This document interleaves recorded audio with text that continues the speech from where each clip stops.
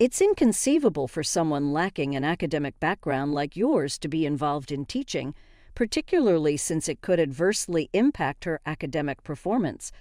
Upon discovering that I was providing academic support to my niece, my sister-in-law directed her anger towards me. "Sophia, why are you associating with someone like her? What if you end up like her?" My sister-in-law seemed to perceive my presence as something detrimental. Her cold attitude tested my patience. "Amy, think before you speak. Who do you think contributes to our comfortable life? Isn't it because Mary works hard at home?" In response to my mother-in-law's gentle words, my sister-in-law became even more emotional. "Why are you defending her? Isn't it her duty to handle household chores? She's not just doing housework, she works hard and contributes a lot to the household. You just gallivant around without contributing. If anything, should be grateful to Mary."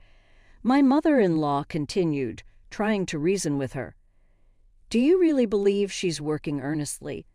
I can't imagine someone like her being interested in essential tasks." My sister-in-law then impulsively grabbed my desktop computer and threw it out of the window. "What are you doing? You're probably pretending to work hard without achieving anything. Leave this house immediately." I rushed outside to check on my computer, but it was damaged beyond repair. I had also lost valuable work data. Her immature actions genuinely shocked and disappointed me. I couldn't fathom continuing to live together under such circumstances. I had been tolerating it for the sake of my relationship with my husband and mother-in-law, but this incident pushed me beyond my limits. I left a message and decided to return to my parents. I am Mary, 29 years old. Last year, I started a new life with my beloved husband, Scene. Initially, we imagined living in a city apartment as we both worked nearby. However, Scene was always concerned about his mother's health, as she often experienced knee pain due to her previous job. Walking even a short distance required frequent breaks. Knowing this, we suggested living together. Upon hearing our proposal, she brightened up and said, "Mary, you want to live with us? I'm so happy." She's a genuinely kind-hearted person and warmly welcomed me. However, my sister-in-law, Amy, was fixated on academic backgrounds. During our first family meal, my educational background came up, and her demeanor changed. "Mary, you didn't go to college, right? Why would Scene choose someone like you?" She spoke to me in a somewhat harsh manner. "Sis, that's not a nice thing to say. Mary graduated from a national university and Scene, and I graduated from a famous private university. Couldn't he find someone smarter and more charming? What's the merit of marrying someone with a lower education?" My mother-in-law reprimanded Amy, saying, "Stop it, Mary. I'm sorry for the rude things she said, but I was already left speechless. I grew up with my hardworking mother. After losing my father at a young age and unable to afford college, I started working. In such circumstances, I was fortunate to work at a tax accountant office. Another opportunity came my way. My boss encouraged me, saying, 'Why don't you try getting a certified public accountant qualification, Mary? I believe you can do it.' Encouraged by his support, I embarked on a new challenge, hoping to secure better job opportunities, increase my income, and better support my mother. My husband understood my aspirations and conveyed my efforts to my sister-in-law. However, she remained cold and indifferent, despite my genuine intentions.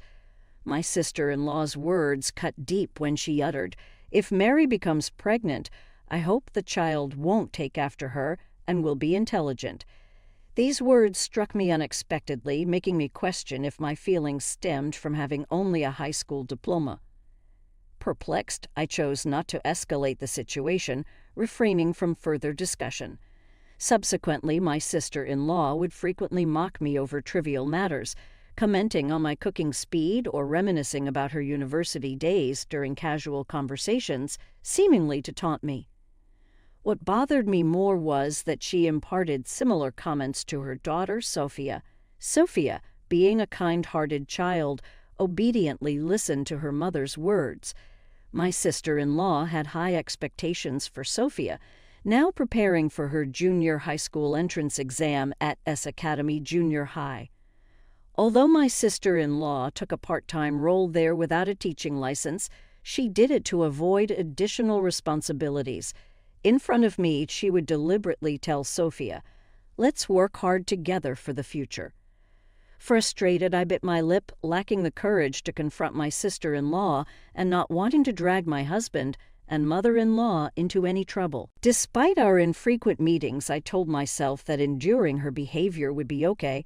However, an unexpected development awaited us. One day, my sister-in-law suddenly arrived at our house, holding Sophia's hand, and casually announced, "Mom, I got divorced. We'll be staying here for a while. Please take care of us." Both my mother-in-law and I were shocked by this sudden news, questioning why it happened so abruptly. My sister-in-law responded with a sigh, stating, "That man was so annoying till the end.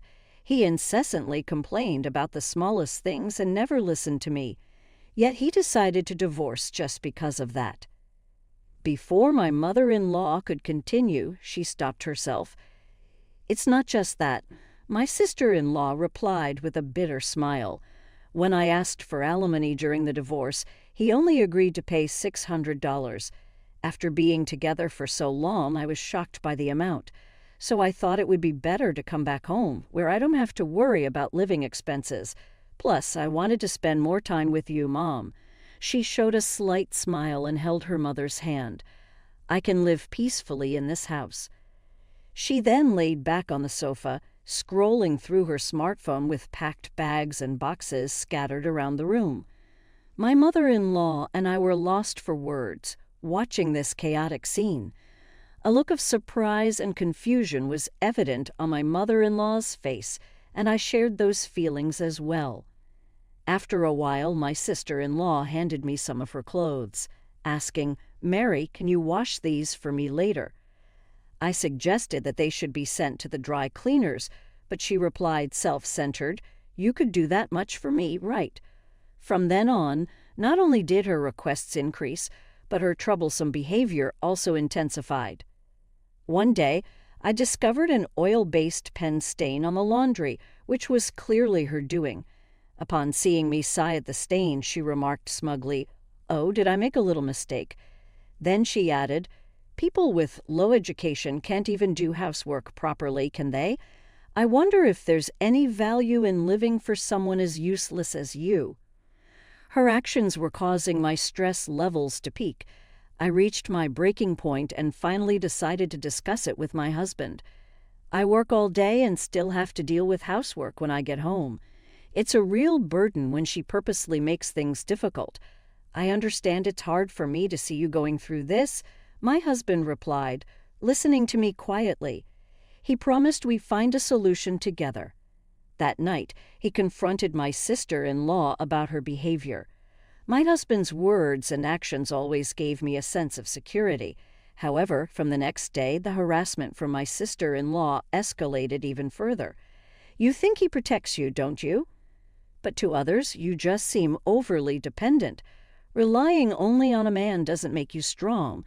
I don't have any intention of being dependent, depending on someone, being protected by them. To others, you might seem like a coward. Can't you stand on your own?" Holding back my emotions became harder with each of my sister-in-law's words. Despite facing many hardships in life and taking pride in overcoming them, I couldn't stand being hurt by her words. Seeing my distress, my husband seemed weary from the constant confrontations with his sister and began avoiding her. However, my sister-in-law's harassment didn't stop with me. It began affecting Sophia as well. She was keen on getting Sophia admitted to S Academy and was eager to send her to a tutoring school. "Sophia, what's this test score? You can't get into S Academy with these grades. I apologize if your grades don't improve. Maybe you will need to hire a tutor. But remember, it's up to how hard you work." Sophia, looking like she was on the verge of tears, nodded. She had already been going to a cram school every day after school, and getting a private tutor would make her lose any free time she had left. Feeling sorry for Sophia, I offered, "Do you want to study with me? I can help you with some things, really." Sophia replied, "Of course. I'm here for you." From then on, we started studying together, being careful not to get noticed by my sister-in-law. Although Sophia sometimes struggled, she grasped concepts when taught patiently.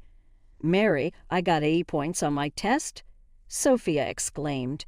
"You worked really hard." Sharing that success brought genuine warmth to our hearts. My mother-in-law, who noticed our efforts, sometimes cheered us up secretly by sharing delicious cakes with us. The time spent with her and Sophia became my healing moments. However, this peaceful time was short-lived. One day, while studying with Sophia, my sister-in-law unexpectedly returned home. Seeing us, she shouted, "What are you doing? You with no formal education are teaching her." "I can't believe it. You might make her grades drop. Stay away." Furthermore, my sister-in-law slapped Sophia on the shoulder and yelled, "Why are you spending time with her? Do you want to end up like her?" The way she spoke about me, as if I were contagious, made my anger boil over. All the things I had been holding back just overflowed. As I told you before, I'd only graduated high school due to financial reasons. Judging someone solely based on their educational background is wrong. My sister-in-law exploded even more hearing the commotion. My mother-in-law intervened, saying, "What's happening here? Mary is getting too close to Sophia. What if her low educational background influences Sophia? Do you know who ensures our comfortable lifestyle? Haven't you seen how hard Mary works at home?" My mother-in-law's calm yet pointed words only fueled my sister-in-law's anger. "Why are you defending her? Anybody can do household chores." My sister-in-law retorted, "It's not just chores. She's working hard, contributing to our household. All you do is go out and play, indifferent to what's happening at home. You should be more grateful. Are you saying she has a proper job? I can't believe it." With that, my sister-in-law grabbed my PC from the desk and threw it out the window. "Why would you do that? That job you cherish so much probably isn't that big of a deal. Stop acting so pretentious. Just leave this house already." I rushed outside in a panic to check my computer, but it was broken beyond repair. It contained my work's vital data. Feeling anger and disappointment towards her childish behavior, living together with someone like this became impossible. For a long time, I had been tolerating it for the sake of my relationship with my husband and mother-in-law, but this incident pushed me beyond my limits. I had valued my relationship with my husband and mother-in-law, trying to protect our household. However, I had felt my limits that night. I left a note and decided to return to my parents' home. The next morning, I received repeated calls from my sister-in-law, but I ignored all of them. Within a week, my husband and sister-in-law showed up at my workplace. He strongly conveyed his apologies, saying, "Amy's completely wrong this time. Amy, please apologize sincerely." Though encouraged by Sean, her dissatisfaction was evident from her attitude. Why should I apologize? Sophia's grades have clearly dropped in her absence. Mary's presence must have been important, not only for Sophia but for you as well. Indeed, I had felt guilty deep down about Sophia's academic struggles. It seems there's no other way. Mary, come back home and support Sophia's studies. I never wanted to live with someone with your educational background, but I'll endure it for Sophia's sake. I had wanted to return for Sophia's sake, but her arrogant tone nearly extinguished that desire. If you truly care about Sophia's education, why don't you teach her yourself, Amy? You strongly recommended her to study for exams, so why are you neglecting her? I didn't want to be told anything by someone like you. Encouraged by Sean, her dissatisfaction was evident from her attitude. I encouraged Sophia to study for exams because I don't want her to end up in a lowly position like you. Is that really all there is to it? I want Sophia to grow up to be an elite adult like me. I want her to graduate from a renowned university and build a career like the one I've established at the prestigious S Academy. She continued flaunting her own success, unable to be swayed. My company's director intervened and tried to resolve the matter peacefully. "Excuse me, I assume you are Mary's family. Nice to meet you." "Yes, that's right." My husband greeted the director politely. "I have overheard a little. I'd like to affirm that Mary has shown tremendous capability and contributed significantly to our company." "Really? I never thought you'd hire someone with just a high school degree." Education doesn't solely define a person's abilities. Even compared to university graduates, Mary has been producing equal, if not better, results. My director's words left my sister-in-law with a surprised expression. "Do you truly believe that?" "I think educational background determines one's status and value." The director responded, "Carrie, you mentioned you work at S Academy. May I have your name?" "My name is—" "Are you implying Mary has been speaking ill of me?" "No, I haven't. I've heard about you from Mary, but I have heard about you from the principal and other staff at S Academy." Amy's eyes widened, clearly taken aback. The director handed her a business card that reads Academy Board Chairman. "You're the chairman." Both my husband and I were utterly shocked, lost for words upon understanding the information on the card. Amy's demeanor changed instantly, her eyes filled with fear and surprise. "I've heard about your behavior and issues within the academy, delegating your work, shirking responsibilities, and even discriminatory actions toward students. Numerous problems have been pointed out." In a panic, Amy responded, "That's not true, of course." I was considering a direct response. Upon hearing this, my sister-in-law started to panic. "I can't lose my current job. I just got divorced and did stuff to support my daughter and myself." She begged desperately with a serious look on her face. The principal replied calmly but with deep understanding. "Our school's policies and philosophies are clear. We cannot tolerate work behavior like yours." My sister-in-law was devastated and burst into tears on the spot. The next day, an official notice from S Academy confirmed that she had to leave the school. Unable to hide her shock, she returned home in confusion. Afterwards, she locked herself in her room, and occasional voices of anger and dissatisfaction could be heard. This situation started affecting the family dynamics. Her stress was often directed at Sophia, and the tension in the household grew day by day. How can you not even solve the simple problem for a sixth grader? This is unacceptable. "You will not rest or sleep until you finish this textbook tonight, so make sure you get it right." Sophia had been studying under this strict guidance day after day, and her fatigue was evident on her face. I was worried she might follow Amy's path. "Stop pushing Sophia like this. Think about what you're doing," my mother-in-law interjected, unable to bear the situation. "Mom, shut up. I don't want to hear anything you say." Taking the situation seriously, my mother-in-law finally told Amy to leave the house. "Amy, you can't stay here any longer. Leave now." "Why should I be the one to leave? You're the one pushing Sophia to the brink and harming her mental health. If you care about her as your own daughter, leave this house now." "I can't believe you're trying to take my daughter away from me." My mother-in-law asked the distressed Sophia, "Sophia, what do you want? Do you want to stay in this house or go somewhere else with your mother?" Sophia's answer was clear. "I want to stay in this house. I'm scared to be with Mom." Shocked by these words, Amy lowered her head and cried, but my mother-in-law's resolve was firm. She escorted her daughter out of the house.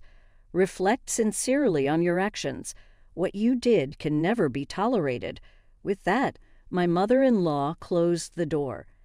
Afterwards, my sister-in-law ended up losing her job and home. She tried various jobs, but due to her personality, she struggled, and her difficult life continued.